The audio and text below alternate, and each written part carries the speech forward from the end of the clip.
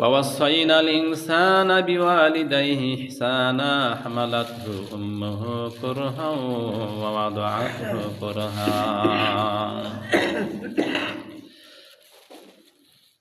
আলহামদুলিল্লাহ। আল্লাহ রাব্বুল আলামিন আমাদেরকে আল্লাহ পাকের ঘরে আসার জন্য তৌফিক দিয়েছেন। জুমার 2 রাকাত ফরজ নামাজ জামাতের সাথে আমরা আদায়ের উদ্দেশ্যে আসতে পেরেছি। আল্লাহ পাক আমাদেরকে তৌফিক দিয়েছেন। সকলে বলে আলহামদুলিল্লাহ।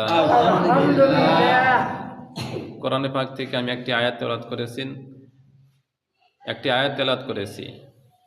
ওয়াসাইনাল ইনসানা বিওয়ালিদাইহি ইহসানা হামালাতহু উম্মুহু কুরহা ওয়া ওয়াদাআতহু কুরহা। আল্লাহ পাক বলেন, তামাম সারা বিশ্বের সমস্ত মানব মণ্ডলীকে আমি উপদেশ দিচ্ছি, মাকে সম্মান করো, পিতাকে সম্মান করো। কারণ অতি কষ্টের মাধ্যমে তোমার মা তোমাকে গর্ভধারণ করেছে, পেটে ধারণ করেছে। অতি কষ্টের সাথে তোমার মা ডেলিভারি করেছে। 30টি মাস দুগ্ধ পান করাইছেন। অতি কষ্টের সাথে তোমাকে কি করেছে? গর্ভধারণ করেছে, তোমাকে ডেলিভারি করেছে, দুগ্ধ পান করাইছে।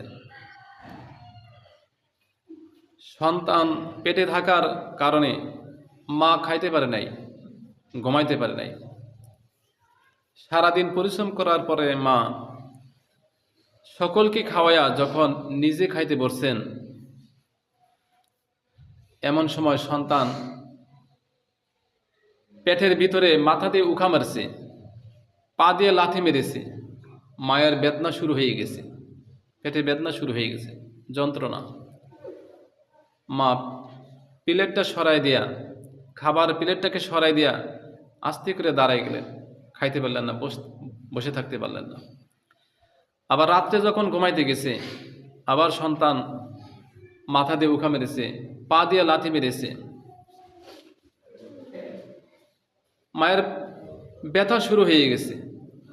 মা তখন আর শুয়ে থাকতে পারলেন না, মানে আস্তে করে বসে গেলেন।